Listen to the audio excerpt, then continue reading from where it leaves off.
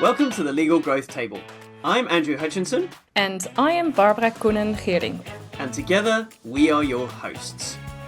Every 2 weeks, we sit down with the people who are actually doing the work of growing law firms from the inside.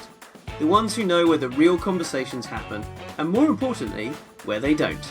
Because everyone in this industry talks about growth.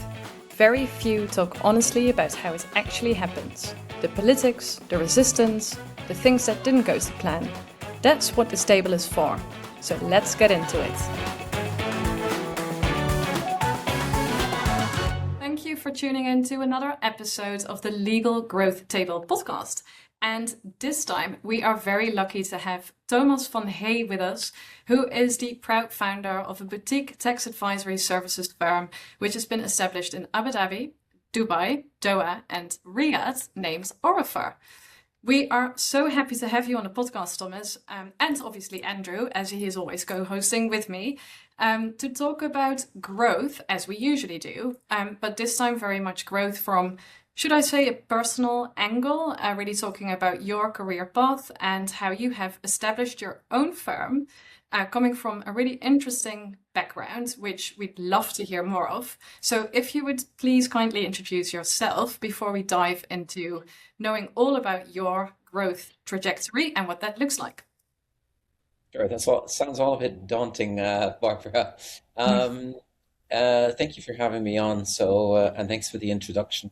And indeed, Belgian national, married to an Indonesian lady, have 2 kids, moved to the Middle East in 2017. And from there started, let's say, my growth, personal growth and the business growth by indeed establishing the firm, and then kind of was rolling with it throughout the years, and fast forward, we're almost 10 years. So it's been an interesting ride so far. Excellent. And well, I know that your background is very much working with bigger international law firms, as well as the Big Four. So those are mostly global institutions that have had large offices, large infrastructure, large structures generally. Probably fair to say also quite a bit of bureaucracy. But I would really love to hear how you see sort of like growth now for you in the firm that you've built. And you've built something really successfully. I know you wouldn't really say this yourself, but I'm saying it as I know you, and that's why we invited you to this podcast. But we'd love to hear about the differences that you've experienced coming from those institutions, if you like, to building your own firm. Yeah, I mean, I guess the biggest scary thing when you start off, while it looks like a great idea initially to kind of sit behind the steering wheel and whatnot, what you forget when you're in the bigger organizations is how much stuff is being taken care of for you, really. From the smallest detail of ordering paper for the printing machine, to getting a badge to access the building, right? And all of a sudden you find yourself spending substantially more time, especially in the initial stages, on these kind of things. And when you start off, obviously you don't have the size, the capacity, nor the funds to build all of that structure. And I felt always throughout the years that our growth went every time we hit a certain plateau, we had to invest in further back office functions because we required them, but also because it made sense. And that's really, all of the, I probably need to give like a heads up or an acknowledgement to every single assistant that I had, or every single person that worked with me throughout those first 10 years before I ventured out on my own, because I potentially didn't appreciate them enough in terms of what they were doing for me. So I think that's probably one of the bigger things that I, at least in the initial years when we were very small, that I really missed. And have you, when we think about growth, Andrew and I in our podcast talk about different structures for growth and different ways of growing. Mostly law firms is what we talk about. But in your instance, where do you see, because I imagine the focus now needs to be as a founder and an owner of a business that you've built and that you want to grow. And mind you, you've got quite a lot of people in your company as well, and you work across different offices. Did you always have that business mindset, and especially when you were an associate, for example, at the law firms that you've worked for? Yep. Have you developed your business development skills? Was that something that came naturally, and has that now helped to grow your company? I wouldn't say I had a lot of organizational skills. Organizing operations in the back office is something that I had to learn the hard way. But I always had a service mindset, and that even predates my time as a lawyer advising on tax. Um, there's a small anecdote. I used to be a shoe salesman on the weekends and in summer. So essentially the Al Bundy of my hometown. Um, but I was really good at it. And I must admit, Barbara, I was better at the men than at the women, because the women would take time to select and whatnot. But with the men, I was quite successful. I quite quickly gauged what they wanted and managed to close the deal. And not advocating that any lawyer needs to become a shoe salesman, but I think it's, if you put yourself in a certain frame of mind where you say, okay, let's not take the client for granted. So let's make sure that they get a good service on top of the right quality. Then what you see is eventually, the Irish have this expression where they say, maybe it's an English one, I don't know, Andrew, where they say cream rises to the top. And somehow the people that do well in the service and provide good quality, they seem to automatically be elevated, unconsciously, or even without putting in that much effort. They seem to just be carried by others. And that's probably a bit what I would say. If you talk to my previous employers, probably at the start of my career, I was much too young. I was focusing on the technicals and getting that right. Maybe the ones a bit further down the line in my career would be better placed to say if they saw it in me, really, that what I later on achieved. Do you think, as you think about that journey, I think I'm right in saying that you moved sort of continents, not quite, but continents, and then at the same time started the business that you now have. That must have been quite challenging in itself, right? You're going to a new part of the world. You've got to build new relationships quickly, and then develop and evolve those. And I'm sure many of those are sort of entrenched today. Talk about some of that, because I think, if you talk about being an associate, that is one of the challenges that associates have, is how do I start building and nurturing those relationships? And I think that's even harder today when we think about the world that we live in. So much of the next generation of associates was spent on social media, right? They don't have the same communities and connections that, maybe, lawyers in their 50s, 60s, and 70s have, because the world was very different then. So maybe talk a little bit about how you got started and how you used some of those, skills from selling shoes to build some of those early clients. Yeah, sure. I mean, it was all kind of like exciting and interesting and daunting and stressful at the same time. So I arrived January 2017 in the Gulf, and then set up the firm in August 2017. And I was seconded to the Gulf, and I was supposed to come back, but I at some point I said, okay, let me try it out on my own. And it essentially meant that I wasn't planning for this for years on end. I didn't necessarily go like, okay, here's a list of people that I want to approach, and here's how I want to do it. Also, and more importantly, financially, I didn't plan for it. And I very often share this story with people who say, I want to do what you're doing. Um, there's essentially two things that were really complicated for me. One was, we were 4 or 5 months in with the firm, and I knew money still had to come in, but as it looked, our bank balance wasn't sufficient to cover payroll, right? At that point, it's not a pleasant experience because at the time we had 3 people on our payroll, and this was my number one concern, trying to make sure that those people get their salary, so that we can continue working together. Um, so that was one thing. Luckily, I didn't need it in the end to get any outside help. I'd called my dad and said, if need be, can you just help me for a bit short term? Luckily, the money came in before the end of the month and paid the staff. Paying the staff was the main priority for at least 2 years. And I did not make the same salary as I did before starting the firm for at least 2 years and a bit longer than that even. Um, and that is something which is incredibly tough as a person mentally. And if you then go to, okay, how did you then establish the relationships? Let's say that you, however, whatever image one person has from themselves when they're working in a big organization, and they go outside of it, it's quite a humbling and grounding experience because you believe somehow when you're in that organization that you're the rainmaker, the delivery guy, and whatnot. And then you step out of it, and the big brand behind you is gone.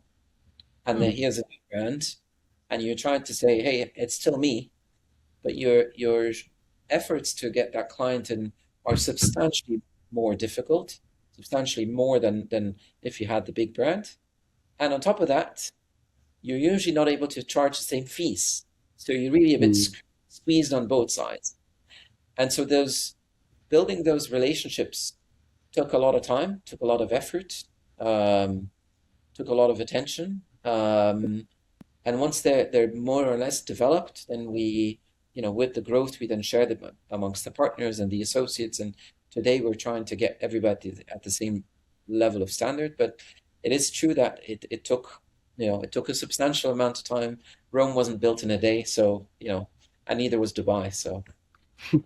And it's a process that never stops, right? It's also not something, it's a task that you start and then it's going to end. It's just an ongoing cycle, which you just have to continue to focus on, which, I imagine at moments where you were doing both, you were working in the business as well as on the business. That's really challenging. It is, and you're saying it rightfully, yeah, especially an organization that develops very quickly. And we had really the fortune of 2018, the introduction of VAT, 2023, the introduction of CIT. That's just the UAE. We had Pillar 2 amongst in different countries in the region. We had e-invoicing. So there's been multiple regulatory triggers for our work. But with every growth, you need to slightly rethink the organization. But usually you do detect some of the pain points at some point. So you'll have, for example, our accountant all of a sudden is staying very late every day. Okay, this is a bit strange. Does it mean that effectively we need a second person, right? Or we have substantially more headcount and our staff needs more attention. They need to discuss their individual kind of performance and their evolution and whatnot. Who do we have for that? So when I look at HR, for example, it evolved from outsourced HR to having an outsourced and a more junior person in-house, to eventually having full-time in-house. Right? And with the accountants, for example, it was the same thing. Initially outsourced accountant, then insourced, then additional people, and then eventually a CFO. So those are like the levels that we hit. But you're right, they take a lot of your energy and mental capacity trying to think on what is the right structure and framework, really. And you always feel like I want to land in an end state, but it's very much always 2 steps forward, 1 step back, and then jump to the next level. Well, there's also I always think about in your world context switching, and you sort of have 3 buckets if you think about it. You've got the actually doing the work, you've got the finding the. I'm saying these in the wrong order, but you've got the finding the work, doing the work, and then you've got the sort of operational piece of building your firm, and that context switching can be very challenging but it can also influence. So your point about thinking about salaries, when you're in front of a client, that brings another level of pressure to the conversation that you're having with a client. And I see that in my world, coming up as a commercial person in technology companies, you have a quota that you have to achieve. And so when you're sat in front of a client, you have to work really hard to find that balance of, I really need this revenue, but I want to continue to be your trusted advisor. And I was talking to somebody yesterday about the idea that in our new business, we want to empower salespeople to say no, because saying no is incredibly powerful, and builds so much depth of relationship and those sorts of things. So how do you cope with the sort of context switching side of your role? Well, eventually, the operations today, they might report to me, but they're very autonomous, right? So we managed to eventually evolve into an organization where that's taken care of, and I can more and more focus on my core tasks. And as I said, like, I'm not trained to be a manager, right? I'm trained to be a technical person. I can lead a team of technical experts. But to pick up on one of the things that you mentioned, it was incredibly important for us to be able to say no. When you start off the journey as a firm, in the beginning it looks very nice. You have a lot of contacts, a lot of coffees, a lot of lunches and whatnot. But one needs to really ask themselves, where do you want to position yourself? Whether that is the people that you work with, but also the clients that you take. And you will have sometimes clients who say, okay, I want to work with you, but only at that fee level, right? And then you need to essentially be able to say, I'm sorry, but we can't do that because we've got the group of talented people that we've hired. There is a cost to cover there. But also simply to say, you have to somehow find your what I've learned, and unfortunately the hard way as well, is that if you say yes to everything in the beginning, every client that you have brings a client in the same pool of clients. And that means that if you say yes to a small client, you're going to have small clients coming. Yeah. And that's actually good if you're trying to build a business with the same talent that our competitors have, that we want to mirror ourselves against, or at least benchmark us against. And that's the real temptation in the beginning, is to say, okay, we need to cover costs at the end of the month, indeed, right? And say, okay, maybe we're only getting half the fee of what we would normally quote, but at least we'll have it and it'll cover the cost. The problem is it'll bring more of those, smaller engagements. Number two is, once you lock yourself in at a certain fee level, it's extremely difficult to get out of it. And that is probably one of the biggest mistakes that somebody can make when starting their business, is to say yes to everything and not have a clear picture of, these are the type of clients that I want and I want to service, and I'm ready to say no to the ones that do not fit in that category. The same can apply even in a big firm when you think about a client. And Barbara and I were talking about this on a podcast earlier this morning. And the challenge that firms have, where partners have committed to a 30%, 40% discount on a particular type of work because they think it's going to bring the higher value work later. And it's interesting when you do the analysis, more often than not, it doesn't generate, because of the similar principle that you've just identified. That client now thinks about you in that way. And so to transition from low value to high value is actually really difficult. Yeah, unfortunately, I agree with that. And that is obviously, a lot of people consider that I think the biggest mistake there is to think that pricing is the only criterion for a client, right? When we talk to our clients, pricing is important, but it's secondary. The primary thing is, do I trust you? Do I trust you to provide a good job? Are you going to assist me? Are you going to give me a good service? And then, and is the fee level right? And in that right fee level, there's still a level of discretion where it can go a bit up or down. At some point, I always try and tell the team, we need to get our clients to a point where where they trust us so much that at the end of the month, they will not bat an eye and they'll just approve the invoice because they get value for it. It doesn't matter anymore as much. It always matters a bit. It doesn't matter as much anymore what the fee level is. They know they get value. They know that we're telling them the right things, that we bring in the industry experience. And I think that's really where we want to play.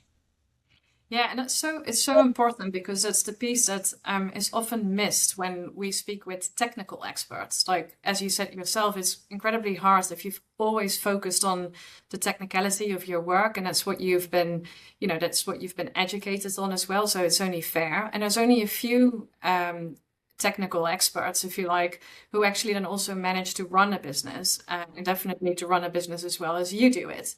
But I think back to the point around the fees, the value is something that needs to be core. It needs to be the center of everything that you do. You can only bring that value if you have created a level of clarity. So the clarity needs to be there when you start a business.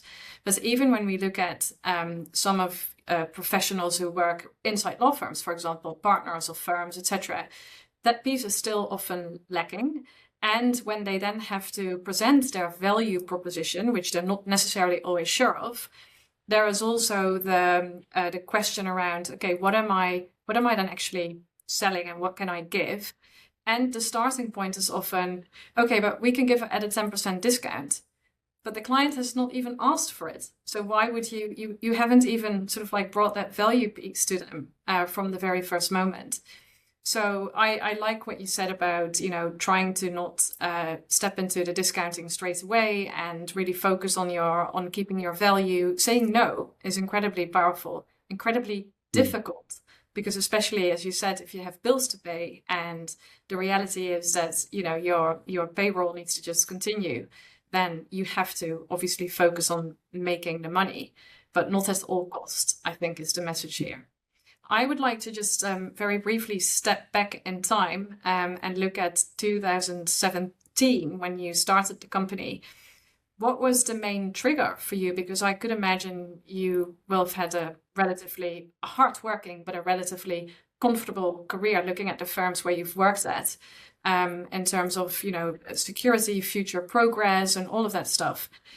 It's quite a big jump. And what was the trigger for you to go do what you've done? Yeah, it's a good question, and even with 9 years in hindsight, I'm not sure I have the actual answer to it because there was no master plan. What I did what I did want at the time was more autonomy and discretion, which I would have probably also gotten in my career if I had evolved a bit further, right? But I think what was probably attractive somehow is to a certain extent make your own decisions or be more important in those decisions, right? When you look at careers in let's say law firms or big four in tax, people have the impression that they're eternally in a rat race, and that even if when they reach the partner level, there's always another level. Like it's endless, right? That's probably one thing. The other one is the law firm models. Obviously, they work quite well, but you obviously have to consult other partners quite a bit and decide and whatnot. But they are, when it comes to firm growth overall, a bit static. I see, at least in the jurisdictions that I kind of know, you don't see the headcount increase with 20%, 30% year on year. It kind of looks a bit stable, which in itself is maybe what makes some of this attractive. But if I put myself there also, I cannot weigh sufficiently to really maybe bring everything that I'd like. And I guess the same thing to a certain extent is right in the Big Four as well, to a slightly different degree. So I guess maybe that's the trigger. But I did understand later on that control is an illusion, um, whether that's in your personal or in your private or Very business true. life. Yeah, Um, we know what you're talking about. yeah, because effectively, you find yourself being kept in check by others, right? So you start a firm, you're effectively being kept in check by your clients who say, this is what I accept, this is what I don't accept, by your staff, right? If you don't organize things in a proper manner or in a good manner in which they are satisfied, then you'll find yourself losing staff. And it's very easy for me to say all of that right now, but I did have to learn my lessons throughout the years to understand what that really is, because by nature I am somebody who likes to have a check on everything, but I had to maybe grow up in that sense. And maybe it's because in the meantime I got married and have kids and understand that Yeah, you let can't it control. go. Yeah, exactly. But that's definitely has been an arduous journey. Yes. Right. So, and I find it really interesting. One thing I wanted to pick up on that you've said is I had no master plan. So I'll leave it with Andrew because Andrew and I actually had a discussion on this week about having, supporting professionals around their planning and having plans in place and having that level of clarity, etc. And now you come in and say, yeah, I've built this firm and, I know it's very successful. So, but there was actually no master plan. We need to unpack this. Yeah. There's a good expression, right? When they and I don't want to kill your business, so let me support it. If you fail to plan, you plan to fail, right? And uh, let's say once I knew, okay, I'm going to start, that's when I started trying to think of my plan. And obviously there was a direction that I wanted to go into. But what you also, I find, necessarily see is your plan needs to be slightly adaptable, because if you see that something is not working, you need to be able to pivot. Now, the plan and the objective in the beginning were clear, which was establish a firm in the GCC, cover all of the six GCC countries, cover taxation in all of those six GCC countries, and be the alternative to the big boys in the market. How you then realize that plan and how you develop those kind of relations was indeed hard work with a sprinkle of luck from time to time. Um, Sometimes you have to get lucky in life and get a bit of a break. But yeah, it was tough to find the right staff because we didn't have the right name. Luckily, we found good people and we trained them well. They're still in tax and they're still doing amazing. And then when it comes to having a bit of luck, we managed to sign a couple of clients fairly quickly, which were really very big international businesses that had a really good name that everybody knew. And then effectively every next meeting I went, I already had a couple of cards, up my sleeve. Um, but yeah, effectively you need to go and sell yourself a bit more in those situations and kind of think, okay, this is where I want to get to. One space that is was good for me, and it's absolutely no secret in it. Being a lawyer, I knew the legal space. So what made a lot of sense for me is to say, who do I know in the legal space who doesn't have tax expertise and might need it, right? And that was the first steps, and then that kind of then all developed and developed into much more important relationships. But a lot of those relationships still exist, and those have become where perhaps in the beginning it was a bit more law firm refers work to us. They've become reciprocal eventually, and I am super grateful for some of the people that in the beginning took a bet on this guy who was starting off. And it's stuff that I will not forget ever. and I still see those people, and I'm still hugely appreciative. Yes. So and the thing that you're saying there is it all comes back to relationship, right? Relationship plus also a plan. Um, and I think you said something that ties back to something else that we were talking about earlier, which is getting the right names. And so certainly in my world, you look at people like Harvey who are, building technology for law firms. They were very intentional about who they partnered with as those early clients, right? For exactly the reason that you described. I can now walk into every law firm and say, I have this one, and this one who helped us build it. And in that world, you generate a little bit of FOMO, right? But there has to be a little bit of intentionality about who are some of those early clients that you get? How do you maximize the experience that they have so that they want to talk about you, they want to refer you, and as you say, they refer their peers, so that you don't find yourself boxed into a particular corner. And as you so rightly say, so much of it in sales generally is luck. And you get lucky, and it's the right relationship at the right time, and they're ready, and right.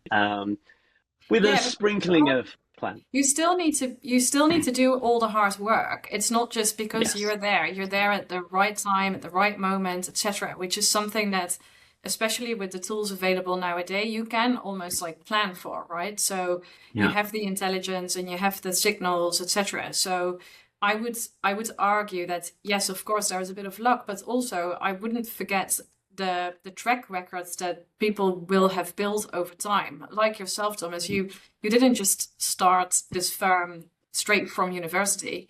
That would have put you in a very different position. You have invested in your education, have invested in your career. Again, you chose the firms that you worked for yourself. Those are not easy choices because they are demanding. The work is demanding. Surely you've had long days, etc. So all the bit that has led up to sort of like this business that you've built, yes, of course, there is always a sprinkle of luck here and there because things just happened at the right time. But Yeah. I would argue that luck is not the main thing. I think it's very much the hard work that you put in. And it's something that I would like to say to everyone listening to this call, whatever you do and whatever plans you want and whatever plans you have in mind, dreaming is just only going to take you so far, but you have to put the steps in place, actually really take the action on it and do it deliberately with intent and consistently for them to be in a position like Thomas now has his business, and to be successful in the way that you would define your own success. So yes, luck is helpful, but that's not the starting point. 100%. I 100% agree with you. I did want to pick on one thing you said, and you used the phrase hard work. And I think oftentimes, and Thomas, you've touched on some of this through this conversation. Oftentimes, technical people think about the hard work as being doing the technical work, and they don't think about the bits that sit around it that drive that sort of trusted advisor status, that engagement, that value exchange that you talked about. And I remember talking to a guy who was he had been the head of legal at a large Swiss bank. And he talked about his experience of working with the Big Four and his experience of working with big law firms. And he said, we might spend even more on a litigation or a piece of legal work than we would doing our annual review. But at the end of our annual audit, whichever the Big Four was that they were working with, would spend up to 80 hours reviewing that whole process. What did we do? What worked? What didn't work? When we do this next time, what would we do differently? So that whole after-service care that we think about in the consumer world a little bit, it's dropping off in some places, but we historically that was a big piece of it. Like, how was your experience? And that is a big piece of the work. And I think, and Barbara and I talk about this a lot. Oftentimes, that's the bit that firms miss. And so when they think about relationship, they're not thinking about what is the value exchange. And you said it earlier. I want them to look at the bill and not even think about it, because the experience that they've had, not just in the technical piece, but in everything that they do with us, is so great that the almost the money's irrelevant. Yeah. Well, it's also not entirely selfless, right? You want a client where you've put in effort to develop that client. You want that client to be a returning client, a recurring customer. Yeah. And indeed, the after sales, it's something that us as a firm, we have a tagline where we say we put the client first, and that's across our office. It's in some of our emails and whatnot. It's a philosophy, and it's also a goal. And you're completely right.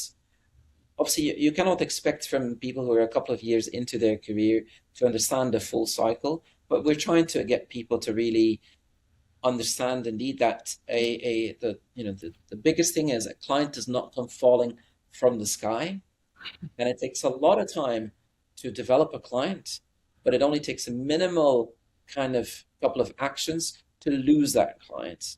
And this is something that I always understood in my career, and it's something that we really need to try and get everybody in the firm to buy into, because that's going to make them happy, make our clients happy. In turn, it makes us happy as well. It makes the team happy. There's nothing nicer than to say we've got a returning client.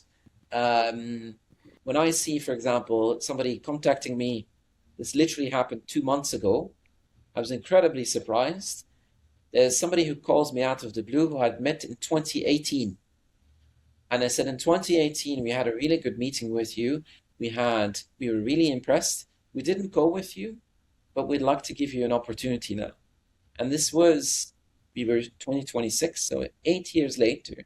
Wow. And you can see how some of those behaviors kind of, build, in essence, it's just being nice to people and try to be good.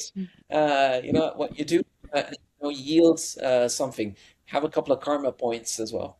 I've got another example which you might find interesting. There was a lady who applied for our Saudi office very long time back, I think 4 or 5 years ago, calls us a year ago and says, I didn't get the job, but I so appreciated it that you called me to explain why I didn't get the job, and I'd like to give you guys work.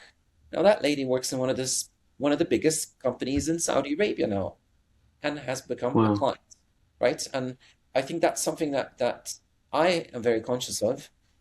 I'd like to get everybody in the team very much conscious of, and anybody who thinks, okay, I want to build a business, think of the long term, really. You might miss out on a couple of things now, but think of the long term, try and do your job well, and the cream will rise to the top. You will always meet twice. I think that's just a thing in life. And I think this is a perfect ending to what was a really insightful discussion. So thank you very much, Thomas, for your valuable insights. I think it has inspired, at least for sure, me, and I'm certain also Andrew, but also our listeners on the podcast. It's a really interesting growth story that you've shared with us. We wish you also the best of luck with the growth of your business. We are very certain, hearing you today, that that's going to go very well. And thank you again for joining us as a guest. And to our listeners, we look forward to seeing you join at the next podcast again. Thank you. If this conversation resonated with you, share it with someone in your firm who needs to hear it. You can find us on Spotify and YouTube, and follow along on LinkedIn, where we keep the conversation going between episodes. We'll see you in 2 weeks.